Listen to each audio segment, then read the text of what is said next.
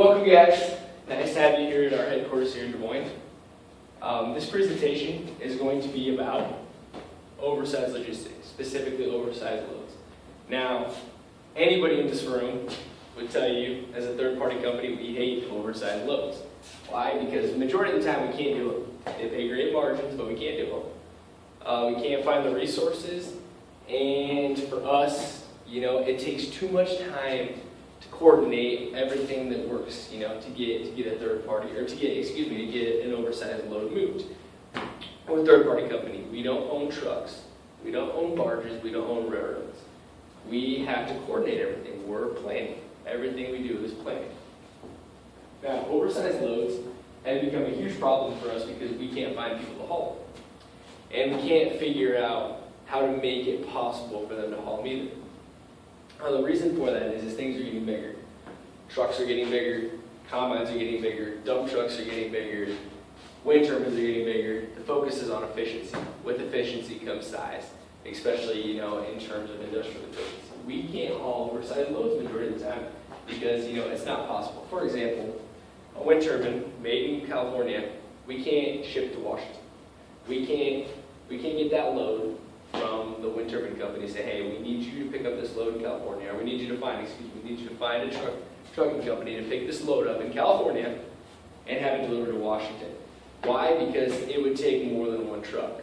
A trailer that we can use in California, we can't use in Washington, and specifically, those trailers that can haul lengths and pieces of things over 100 foot long, $300,000-$400,000.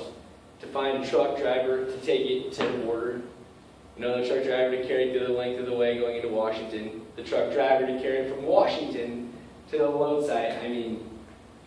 We can't find trucks like that, okay? And we can't make money doing that either. That's our biggest problem. We can't make money because, it's too complicated. All right, where we're at, 3.5 million loads, oversized loads were shipped last year. We had 471 of them. 471 guys, not even 500 of those loads. Now, there's a lot of money to be made there if you can do it right. And our philosophy has always been, keep it simple, keep it safe. Keep it simple, keep it safe. But unfortunately, we can't keep it simple, so, we don't do it, okay?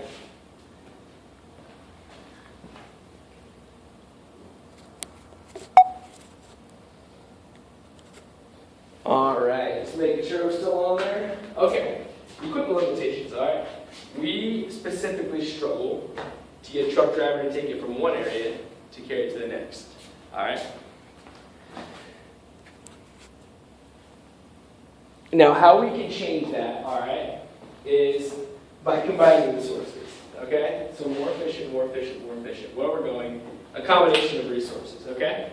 Now, if we can get that truck driver in California, if we can pay him to take that out to the loading dock and put it on a cargo ship or a barge ship, and have a barge take it up the sea, or take it up the coastline to California, have another truck driver pick it off and deliver it. How simple is that?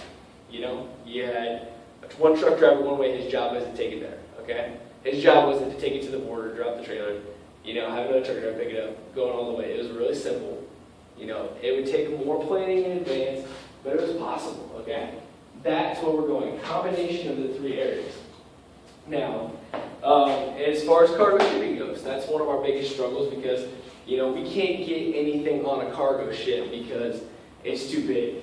Now, it has to fit inside a small container size. Now, you're not going to fit a wind turbine inside of a container unless you split it up into pieces where it's no longer usable.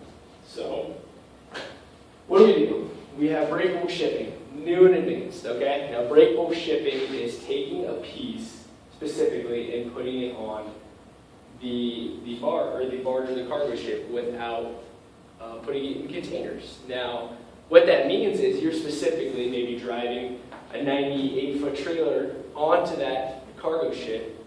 It's taking up a lot of space, okay? But you're driving it on there. It's now available to ship in one piece. That's something we would not have been able to ship before. Okay, it's something we would not have been able to ship. That's huge. We can now use barges and cargo ships to haul stuff we would not have been able to move before. Very, very, very big for us. Okay, just making sure we're still running. All right, how far in advance? You have to plan far enough to secure that space. Sometimes that may be 6 to 8 months. Cargo ships, their runs are planned far in advance. So you may have to plan 6 to 8 months in advance to get that space on a cargo ship, and then you have to have somebody to load it on the cargo ship. You have to have where it's going, to have it unloaded. Lots of planning, but we can do it. That's something we would not have been able to do before.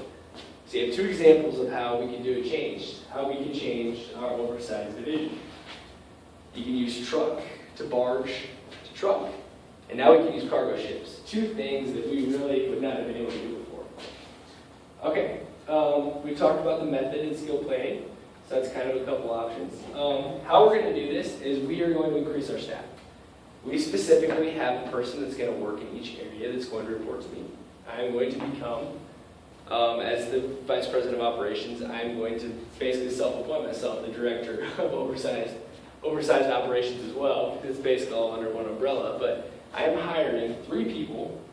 1 person is going to be in charge of water, 1 person's in charge of trucking specifically, and the other one is in charge of rail. Water would include barges and cargo ships. Basically what they're going to do is they're going to work together as a team, and they're going to have a small staff, and then we're actually hiring a full 10 people, small staff, and then they're going to work as a team to figure out how to make these loads doable. How can we take, that wind turbine, how can we get it onto a barge? How can we get it up the coastline? How can we get it there? Working with the people and the companies within each area. The rail division works with a specific set of asset companies. The barge division does the same thing. The trucking division, the same thing. They work with different companies. What these people are going to do is going to be that gap. They're that gap that's going to get those things there, okay? Make sure we're still running here. All right, looks good. They're going to be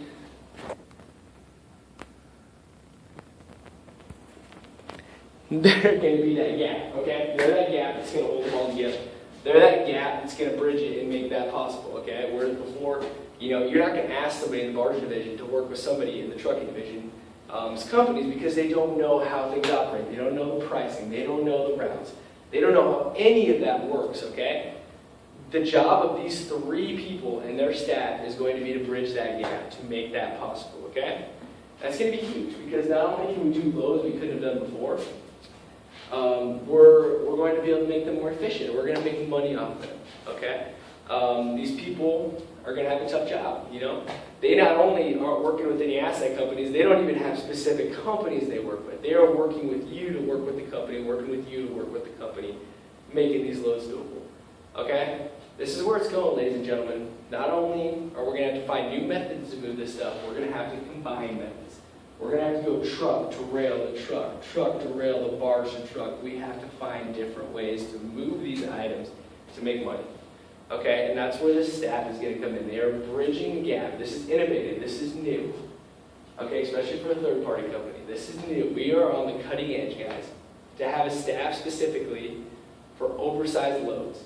Okay, to plan oversized loads months in advance, to work, with you guys, to work with your companies. This is huge. We are not only on the cutting edge, but we are going to do it well, and we're going to do it right.